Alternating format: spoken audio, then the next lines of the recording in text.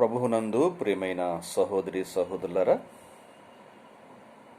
మహాదేవుడును మా రక్షకుడైన ప్రభువైన యేసుక్రీస్తు వారి ప్రశస్తమైన నామములో ప్రేక్షకులందరికీ మరొకసారి నా హృదయపూర్వకమైన శుభములు తెలియజేస్తా ఉన్నాను. మరొక పర్యాయం మనము ఇలా కలుసుకోవడానికి, దేవుని మాటలు విని దేవుని వాక్యపు వెలుగులో మన జీవితాలు సరిచేసుకోవడానికి ప్రభువు చూపిన మహాకృప కొరకై దేవుని స్తుతిస్తా ఉన్నాను. దేవుని గ్రంథమైన బైబిల్ మనం చదువుతున్నప్పుడు 3 పుస్తకాలు ప్రత్యేకంగా మనము జ్ఞాపకం చేసుకోవాలి.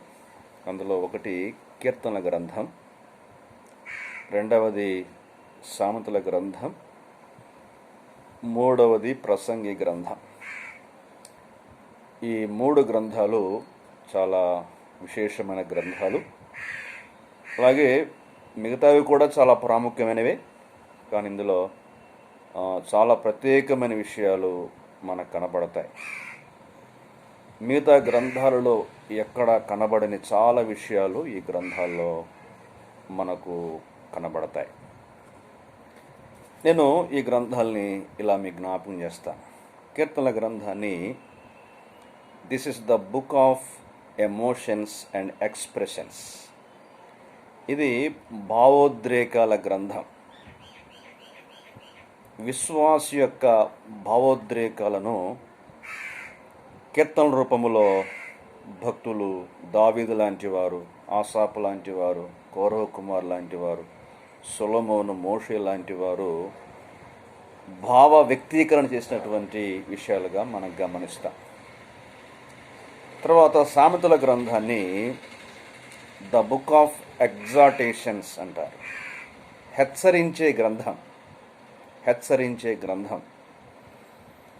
మానవాళి, విశ్వాసులు, దైవజనులు ఎలాంటి మార్గములో నడవాలో చక్కగా మనల్ని హెచ్చరించి సరైన త్రోవ మనకు చూపించి మంచి మార్గంలో నడిపిస్తుంది. అలాగే ప్రసంగి గ్రంథాన్ని మనం గమనిస్తున్నప్పుడు ద బుక్ ఆఫ్ ఎక్స్పీరియన్స్. సొలొమోను తన అవసాన కాలంలో తానేమైతే అనుభవించాడో వాటి ఫలితాన్ని చూపిస్తూ అనుభవాన్ని రంగరించి దేవుని ఆత్మ ద్వారా వ్రాసినటువంటి అద్భుతమైన పుస్తకము ఈ ప్రసంగి గ్రంథం. పరలోకము నుండి నేరుగా దేవుని ద్వారా దైవ జ్ఞానాన్ని పొందుకున్నవాడు సొలొమోను. దేవుడు సర్వజ్ఞాని అయితే భూమి మీద సొలొమోనంత జ్ఞానవంతుడు, బుద్ధిమంతుడు, వివేచన గలవాడు ఇక పుట్టబోడు, పుట్టలేదు అని మనం చెప్పవచ్చు. అంతగా దేవుడు దివ్యమైన జ్ఞానాన్ని, వివేచనను, బుద్ధిని, దానితో పాటు గొప్ప ఐశ్వర్యాన్ని కూడా సొలొమోనుకు అనుగ్రహించాడు. అయితే ఒక విచారకరం ఏంటంటే, సొలొమోను తన జీవితంలో కామాతురత గలవాడై, స్త్రీలోలుడై, తన యవన కాలం మొదలుకొని వృద్ధాప్యం వరకు ఎంతో ఆత్మీయంగా నష్టపోయాడు. చూడండి, ఒక మాట నేను చదువుతాను. రాజుల మొదటి గ్రంథం 11వ అధ్యాయము 2వ వచనం చదువుతున్నాను. రాజుల మొదటి గ్రంథం 11వ అధ్యాయము 2వ వచనం, లేకపోతే 1 మధ్యలో చదువుతున్నాను. అయితే రాజైన సొలొమోను ఫరో కుమార్తెని గాక ఆ జనులలో ఇంకా అనేకమైన పరస్త్రీలను మోహించి కామాతురత గలవాడి వారిని ఉంచుకొనుచు వచ్చెను. అతనికి 700 మంది రాజకుమార్తెలైన భార్యలను, 300 మంది ఉపపత్నులను కలిగి ఉండిరి. అతని భార్యలు అతని హృదయమును త్రిప్పివేసిరి. సొలొమోను వృద్ధుడైనప్పుడు అతని భార్యలు అతని హృదయమును ఇతర దేవతల తట్టు త్రిప్పగా, అతని తండ్రి అయిన దావీదు హృదయం వలె అతని హృదయము దేవుడైన యెహోవా ఎడల యథార్థము కాకపోయెను. ఇలా చాలా ఆత్మీయంగా నష్టపోయిన వాడుగా మనకు కనబడతాడు. అయితే సొలొమోను తెలిసి తప్పు చేశాడని దేవుని గ్రంథాన్ని బట్టి మనం చూస్తాం. సామెతల గ్రంథాన్ని మనం చదువుతున్నప్పుడు సొలొమోను రకరకాల స్త్రీలను గురించి చాలా వివరంగా విపులంగా ఆయన బోధించాడు. తను పరిశుద్ధాత్మ చేత నింపబడి రాబోయేటువంటి ప్రమాదాన్ని ఎరిగిన వాడై ప్రపంచానికి జ్ఞానవాక్కులు బోధించాడు. కానీ ఆయన బోధించినటువంటి బోధలో నిలవబడకపోవడం చాలా ఆశ్చర్యాన్ని, చాలా నష్టాన్ని సొలొమోను కలిగించింది. కాబట్టి మనం ఈ వీడియోలో సామెతల గ్రంథములో ఉన్నటువంటి కొంతమంది స్త్రీల గురించి మనము జ్ఞాపకం చేసుకోవాలని నేను ఆశ కలిగి ఉన్నాను. సొలొమోను వారి గురించి బాగా ఎరిగి కూడా ఆయన జాగ్రత్త పడక ఎంత నష్టపోయాడో మనం గమనిస్తున్నాం. నా ప్రియమైన సహోదరి సహోదరులారా, చాలామందికి విషయాలు తెలుసు, సత్యం ఎరుగుదురు, కానీ ఎరిగినటువంటి సత్యములో నిలిచి ఉండకపోవడం ద్వారా, ఎరిగిన విషయాలను బోధించిన విషయాలను మనసులో పెట్టుకోకపోవడం ద్వారా మనం ఏమి బోధించామో వాటిని జీవితంలో చూపించలేకపోతున్నాం. అందుకే పౌలు గారు ఒక మంచి మాట అంటాడు. కొరింథీ మొదటి పత్రిక 9:27 మనం చదివితే, ఇతరులకు ప్రకటించిన తరువాత నేనే భ్రష్టుడనైపోదునేమోని నా శరీరమును నలగొట్టుకుని దానిని లోబరుచుకొనుచున్నాను. కాబట్టి ప్రకటిస్తున్న నేను ఏమైతే చేయకూడదో, ఏమైతే చేయాలో చెప్తున్న నేను చేయకూడని విషయాలు చేసి భ్రష్టుడైపోతానేమో అని భయపడుతున్నాడు. ఇక్కడ భ్రష్టుడు అంటే అర్థం ఏంటంటే ఉన్నతమైన స్థితి నుండి, అంటే ఉన్నతమైన విలువల కల జీవితము నుండి కింద పడిపోయేవాడు. To fall from morally higher places, నైతికంగా ఉన్నతమైన స్థితి నుండి మెట్టు జారుతూ కింద పడేవారిని భ్రష్టులు అంటారు అన్నమాట. కాబట్టి పరిశుద్ధాత్మ దేవుని ద్వారా పసిగట్టినటువంటి పౌలు గారు బహు జాగ్రత్తగా తన జీవితాన్ని కాపాడుకున్నాడు. అయితే సొలొమోను అలాగ ఉండలేక ఎంతో నష్టపోయాడని మనం గమనిస్తున్నాం. సరే, ముందుకు వెళ్దాం.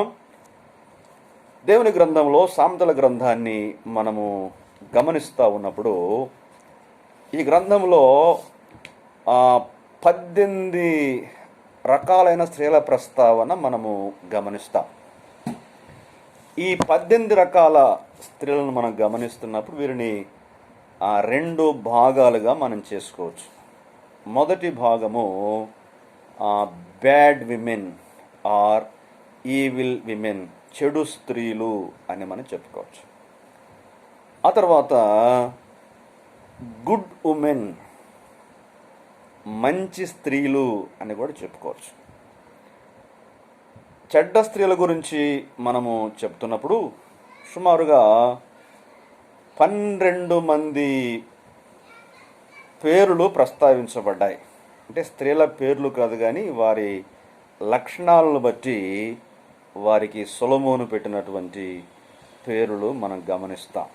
ఒక్కొక్క లక్షణములో వారి జీవితం మనకు కనబడుతుంది. నేను నంబర్ 1 జ్ఞాపకం చేస్తున్నాను. బ్యాడ్ విమెన్, చెడు స్త్రీలలో ఒకటి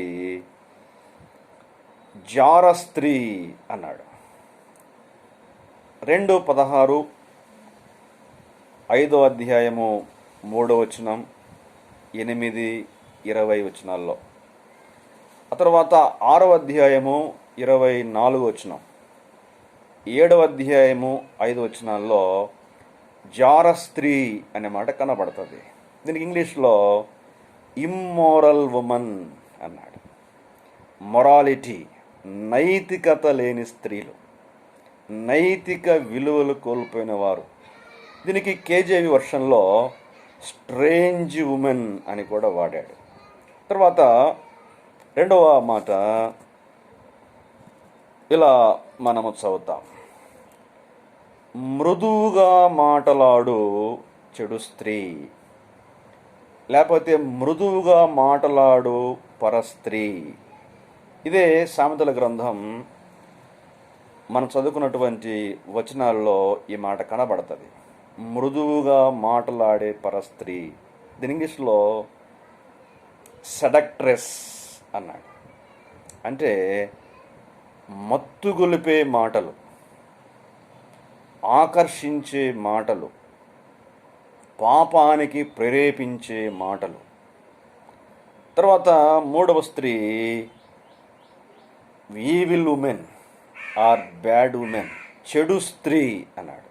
సామెతల గ్రంథం 6:24లో చెడు స్త్రీ అనే మాట వాడబడింది.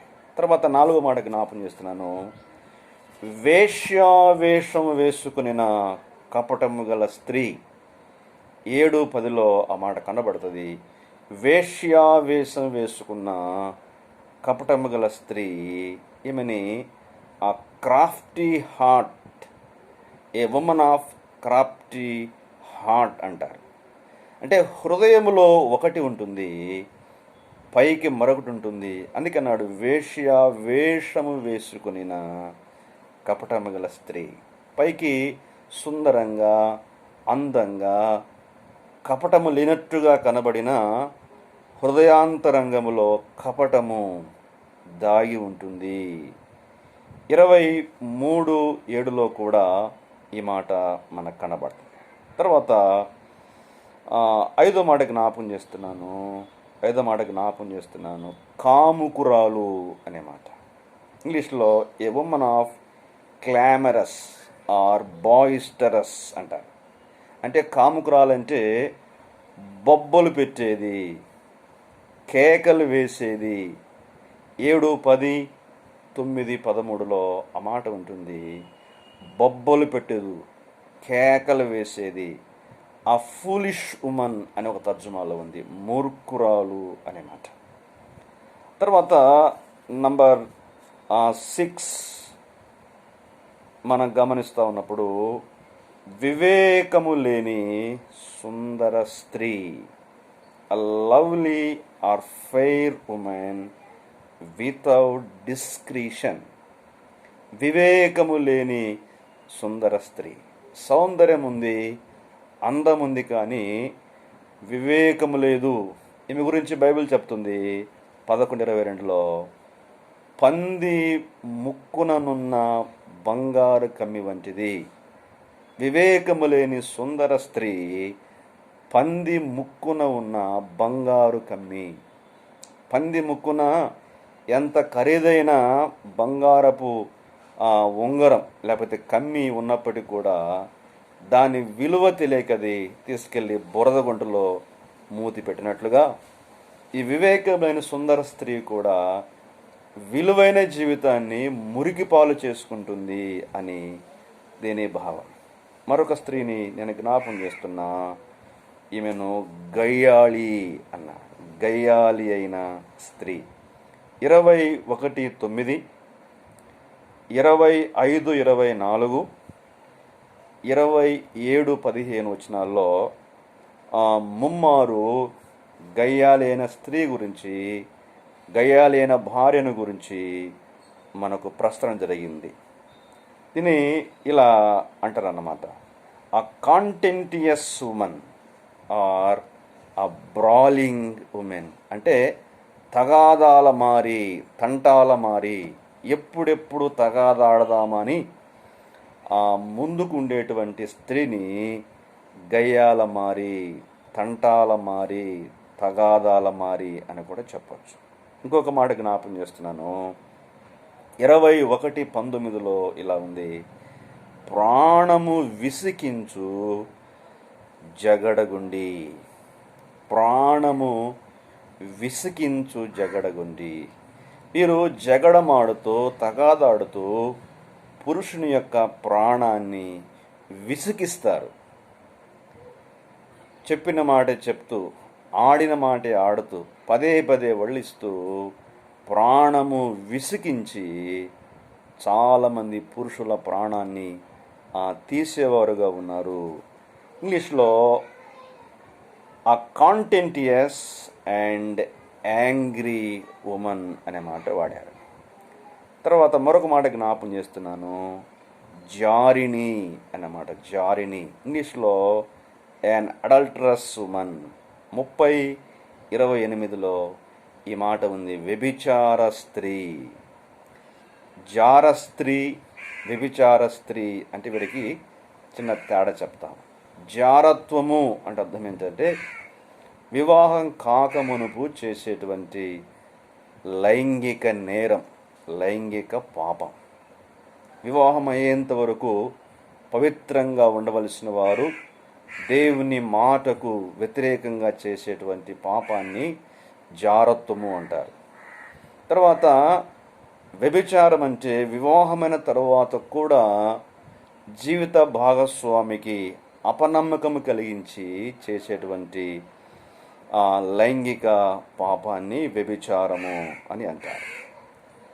తర్వాత మరొక మాట జ్ఞాపం చేస్తున్నాను, సామెతల గ్రంథం 30:23 మరొక స్త్రీ ఉంది.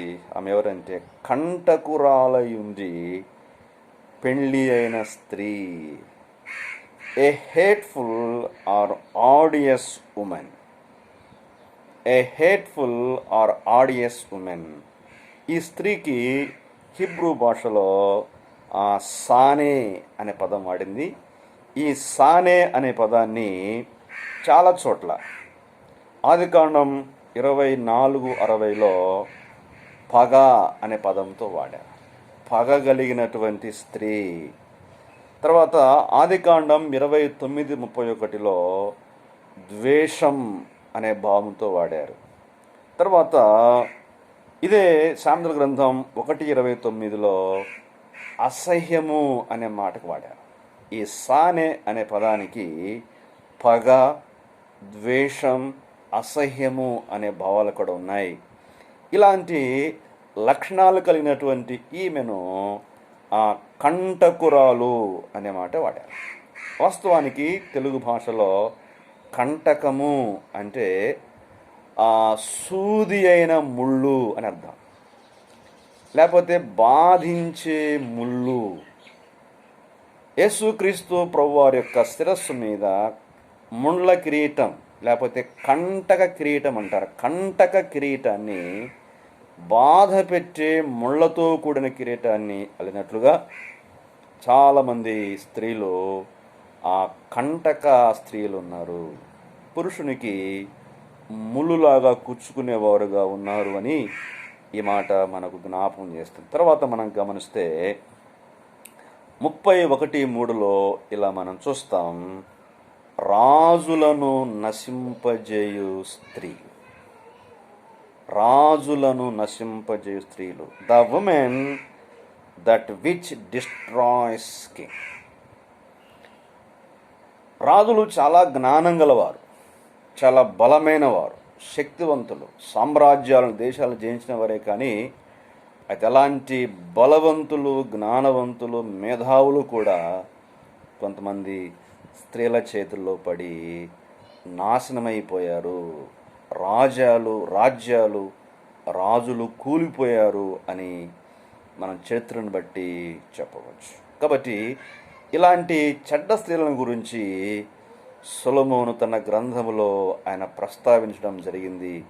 నా ప్రియమైన సోదరులారా గమనించండి, మిమ్మల్ని బాధ పెట్టాలని, ఇబ్బంది పెట్టాలని, కించపరచాలని, మీ మనోభావాలు దెబ్బతీయాలని దైవసేవకునిగా నా ఉద్దేశం కాదు. కానీ ఇలాంటి వారి ద్వారా కుటుంబాలకు, సమాజానికి, సంఘానికి, దేశానికి ఎంతో ప్రమాదం ఉంది, అవమానం ఉంది, ఆపద ఉంది. కాబట్టి ప్రియమైనటువంటి సోదరీలు ఈ లక్షణాలు లేకుండా జాగ్రత్తగా ఉండాలని ప్రభువు పేరట నేను జ్ఞాపకం చేస్తున్నాను. అలాగే వీరిని గురించి మాత్రమే కాదు కానీ సొలొమోను గారు మంచి స్త్రీల ప్రస్తావన తెచ్చాడు.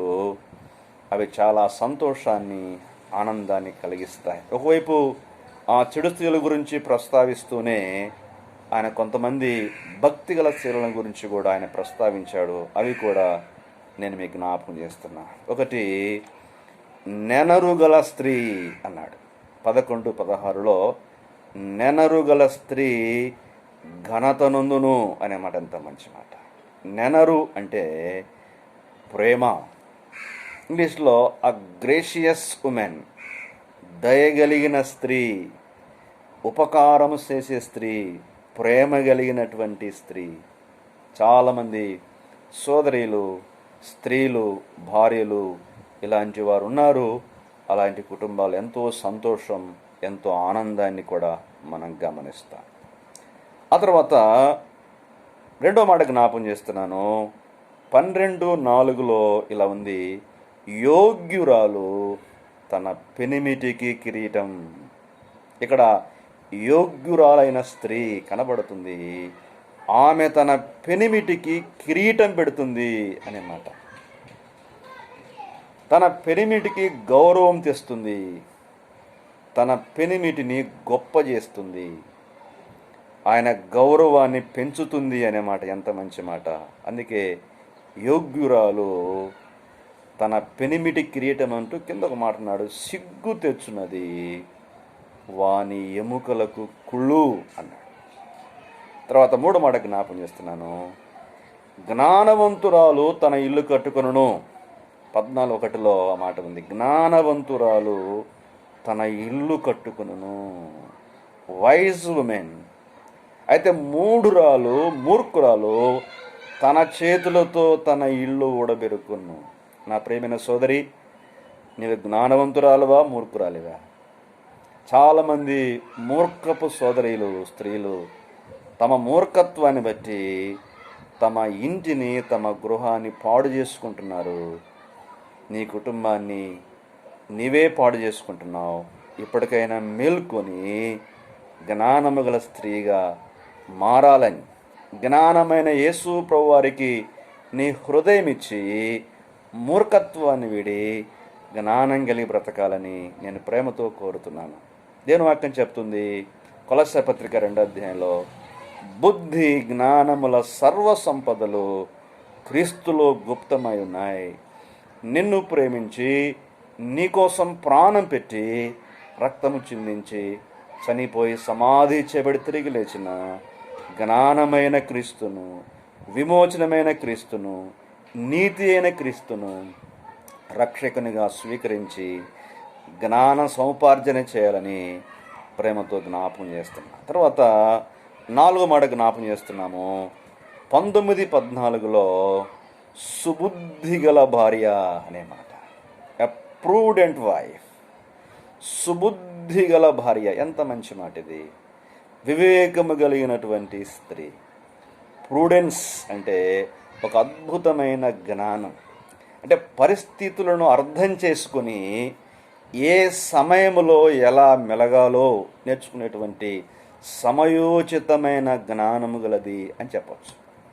చాలామంది మూర్ఖంగా మాట్లాడతారు, ఎప్పుడు ఎలా నడుచుకోవాలో తెలియదు. అయితే ఈ సుబుద్ధి గల భార్య, ఆ ప్రూడెంట్ వైఫ్, సమయోచితమైన సందర్భానుసారమైన జీవితం కలది అని నేను జ్ఞాపం చేస్తాను. తర్వాత 5వ మాట జ్ఞాపం చేస్తున్నాను. గుణవతి అయిన స్త్రీ లేక గుణవతి అయిన భార్య. 31:10లో గుణవతి అయిన భార్య దొరుకుట అరుదు, అట్టిది ముత్యము కంటే అమూల్యం, ప్రెషస్ దెన్ రూబీస్ అన్నాడు.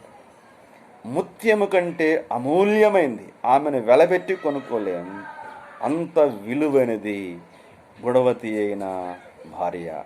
ఈ గుణవతి అనేటువంటి మాట మనం గమనిస్తే హిబ్రూ భాషలో బలమైనది, శక్తి కలిగింది, జ్ఞానం కలిగినది అనే భావముతో కూడిన మాట ప్రయోగించారు. ఆరోగ్యవంతురాలు. ఒక గుణవతైన స్త్రీ ఆరోగ్యాన్ని కాపాడుకుంటుంది, బలాన్ని కాపాడుకుంటుంది, కుటుంబాన్ని కాపాడుకుంటుంది, భర్తను కాపాడుకుంటుంది, పిల్లల్ని కాపాడుకుంటుంది, కుటుంబ క్షేమము కొరకు ఎంతో పాటుపడుతుంది అనే విషయం గమనించాలి. తర్వాత నేను 6వ మాట జ్ఞాపం చేస్తున్నాను. ఇదే సామెతల గ్రంథం 31:30 మనం చదివితే, యెహోవా యందు భయభక్తులు కలిగిన స్త్రీ కొనియాడబడును. ఎంత మంచి మాట. భయం లేని వారు మన చుట్టూ కనబడుతున్నారు, కానీ ఈమె యెహోవా యందు భయభక్తులు కలిగిన స్త్రీ. జాగ్రత్తగా వినాలి. దేవునికి భయపడే స్త్రీలు భర్తలు కూడా భయపడతారు. ఎఫెసీ పత్రిక 5వ అధ్యాయంలో మనం చదువుతాం, భార్య అయితే తన భర్త యందు భయము కలిగి ఉన్నట్లు చూసుకోవాలి. భర్త భయపెట్టకపోయినా నీకు శిరస్సు కాబట్టి భర్తకు భయపడాలి, దైవజనులకు భయపడాలి, దేవుని వాక్యానికి భయపడాలి, పెద్దలకు భయపడాలి. అప్పుడు ఆమె కొనియాడబడుతుంది అనే మాట. ఆమె భర్త ఆమెను కొనియాడుతాడు, ఆమె పిల్లలు ఆమెను కొనియాడుతారు. తర్వాత నీ వెళ్తున్న సంఘం, చర్చ్ నిన్ను కొనియాడుతుంది. నీ చుట్టూ ఉన్న సమాజము నిన్ను కొనియాడుతూ ఉంది. ఈ సామెతల గ్రంథంలో యెహోవా యందు భయభక్తులు కలవారి లక్షణాలు చాలా స్పష్టంగా ఉన్నాయి.